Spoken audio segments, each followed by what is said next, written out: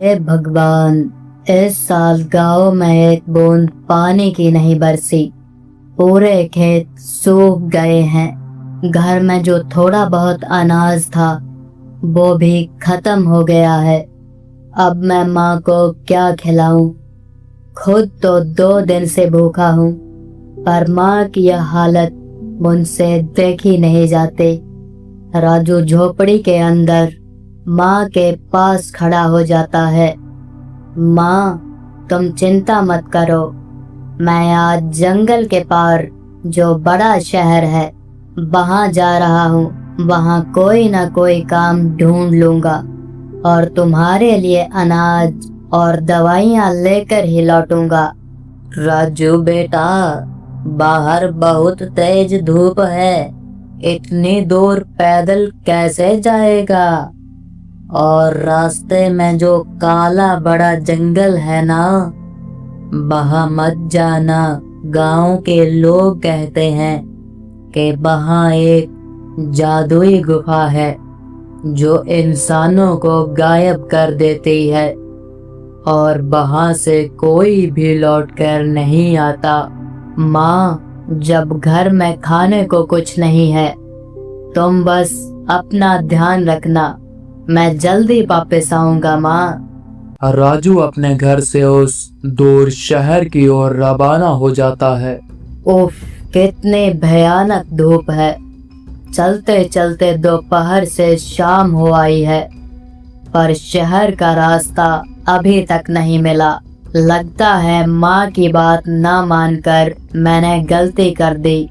मैं सचमुच इस काले जंगल में रास्ता भटक गया हूँ। पर तभी झाड़ियों के पीछे से 2 चमकीले पत्थर हवा में उड़ने लगते हैं। उन जादुई पत्थरों से आवाज आती है, राजू डरो मत, हम इस जंगल के रक्षक हैं।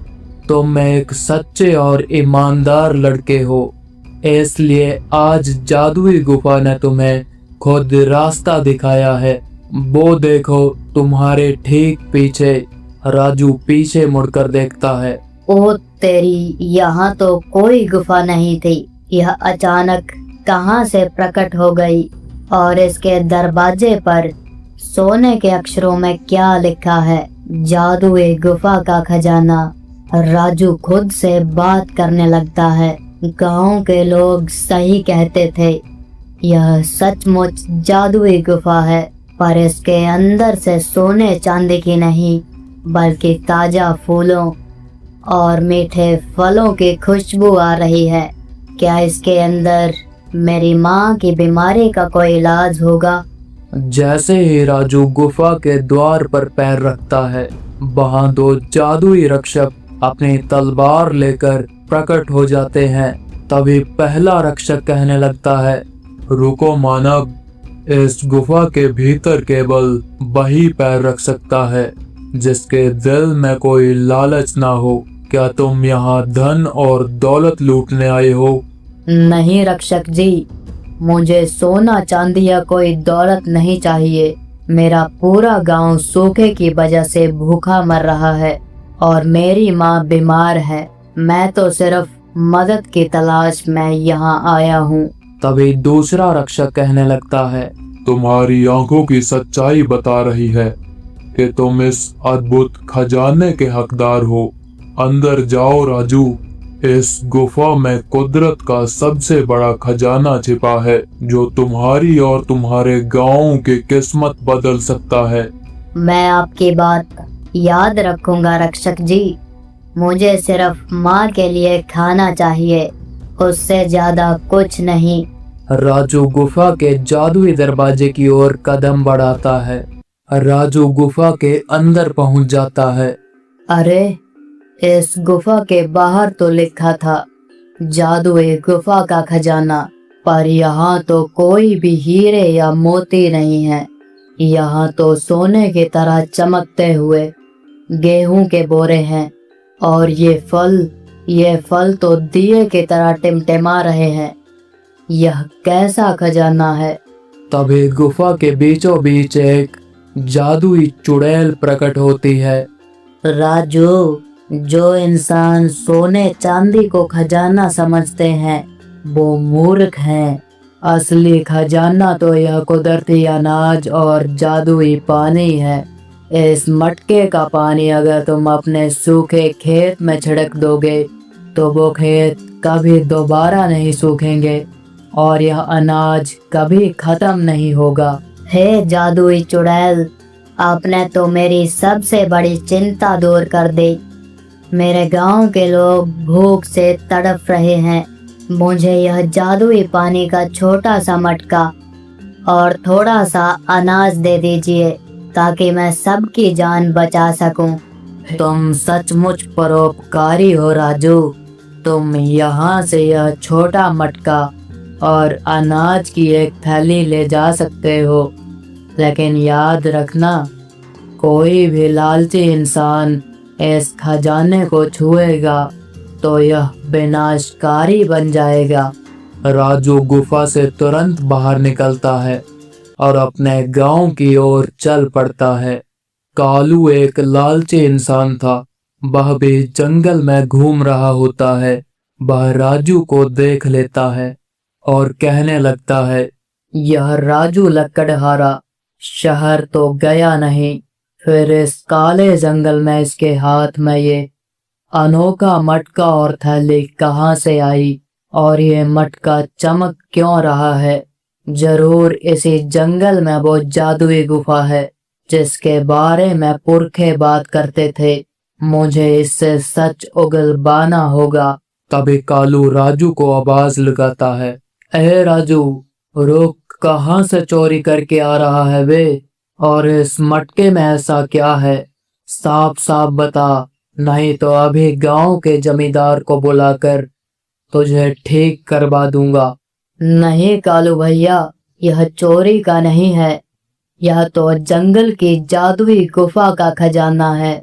इसके अंदर ऐसा जादुई पानी है जो हमारे पूरे गांव का सूखा दूर कर सकता है। चुड़ैल माँ ने कहा है कि कोई लालची इंसान इसे हाथ न लगाए। चल हट भिखारी कहेगा, मुझे डरा रहा है। अब तू अपने घर जा, बाकी का सारा खजाना मैं खुद लेकर आऊंगा। कालू राजू को छोड़कर पागलों की तरह उस काले जंगल की तरफ भागता है। मिल गई मुझे भी जादुई गुफा।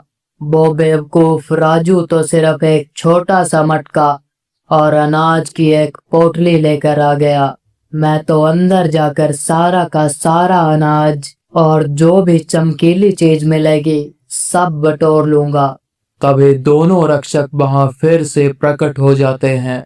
तभी पहला रक्षक कहने लगता है, रुक जाओ ओ पापी मानव, तेरे मन का मैल और लालच हमें यहीं से दिख रहा है। इस गुफा के अंदर पैर मत रखना, वरना अंजाम भुगतने के लिए तैयार रहना। अरे जाओ जाओ, मेरे रास्ते से हटो। अब तुम मुझे रोकोगे? जब तुमने राजू जैसे कंगले को अंदर जाने दिया तो मैं तो फिर भी उससे अमीर हूँ। मुझे मत रोको, वरना तुम्हारी ये तलवार तोड़ दूंगा। कालू जबरदस्ती गुफा के अंदर चला जाता है और वो रक्षक गायब हो जाते हैं। तभी कालू गुफा के अंदर पहुंच जाता है। ये अनाज की बोरियां भी मेरी, वो सोने की तरह चमकने वाले फल भी मेरे। मैं सब कुछ एक साथ बाहर ले जाऊंगा। फिर पूरे गांव पर सिर्फ मेरा राज होगा। जमींदार भी मुझसे अनाज की भीख मांगेगा। वह जादुई चुड़ैल गुस्से में प्रकट होती है। मूर्ख और लालची कालू, क्या तुझे राक्षसों ने चेतावनी नहीं दी थी? इस गुफा का नियम है कि यहाँ से केवल एक ही चीज उठाई जा सकती है, पर तेरे अंदर का लालच अंधा हो चुका है। तभी कालू डर जाता है। अरे तुम कौन हो? मुझे मत डराओ। मैं तो इस अनाज को सड़ने से बचाना चाहता हूँ। मैं यहाँ से सब कुछ लेकर जाऊंगा। तुम मेरा कुछ नहीं बिगाड़ सकती। लालच का अंजाम सिर्फ विनाश होता है कालू। तूने कुदरत के इस खजाने का अपमान किया है। अब सूरज की आखिरी किरण ढलने वाली है और तू कभी इस गुफा से बाहर नहीं जा पाएगा। नहीं, मुझे तेजी से भागना होगा, पर इन इतने भारी बोरों को कैसे लेकर जाऊंगा? पर मैं इन्हें छोड़ भी नहीं सकता। ये मेरी अमीरी का रास्ता है। गुफा का दरवाजा हमेशा के लिए बंद हो जाता है। कालू अंदर ही अंदर अंधेरे में फंस जाता है और वहां रखा सारा जादुई अनाज पत्थर बन जाता है। कालू रोते हुए कहने लगता है, नहीं, मुझे बाहर निकालो। मुझे ये अनाज नहीं चाहिए। मुझे ये फल नहीं चाहिए। मुझे मेरी जान चाहिए। कोई तो बचाओ। राजू, मुझे बाहर निकालो। चुड़ैल की आवाज हवा में गूंजती है। अब बहुत देर हो चुकी है कालू। अब तुम हमेशा के लिए इस गुफा का हिस्सा बन चुके हो। राजू अपने गांव पहुंच गया और सभी लोग कहने लगते हैं, अरे देखो, यह क्या चमत्कार है। राजू ने जैसे ही इस चमकीले मटके के पानी को छिड़का, सूखी मिट्टी से हरी भरी फसलें उगाई। चारों तरफ हरियाली छा गई। इसके तुरंत बाद राजू अपनी माँ के पास जाता है और अपनी माँ पर भी वो पानी छिड़क देता है। उसकी माँ बिल्कुल स्वस्थ हो जाती है। माँ, मैंने कहा था ना कि भगवान हमारी मदद जरूर करेंगे। उस जादुई गुफा के खजाने ने सिर्फ आपकी बीमारी ही ठीक नहीं की, बल्कि हमारे पूरे गांव का सूखा हमेशा के लिए दूर कर दिया है। बेटा राजू, यह सब तेरी ईमानदारी और अच्छे दिल का फल है। यह भगवान का ही चमत्कार है कि आज तू सही सलामत वापस लौट आया वहां से। हमेशा याद रखना बेटा, ईमानदारी ही इंसान का सबसे बड़ा धन है। दोस्तों, लालची कालू अपने लालच की वजह से हमेशा के लिए उस अंधेरी गुफा में कैद हो गया और ईमानदार राजू अपनी माँ और गांव वालों के साथ खुशहाल जीवन जीने लगा। लालच का फल हमेशा कड़वा होता है। ईमानदारी ही सच्ची जीत है।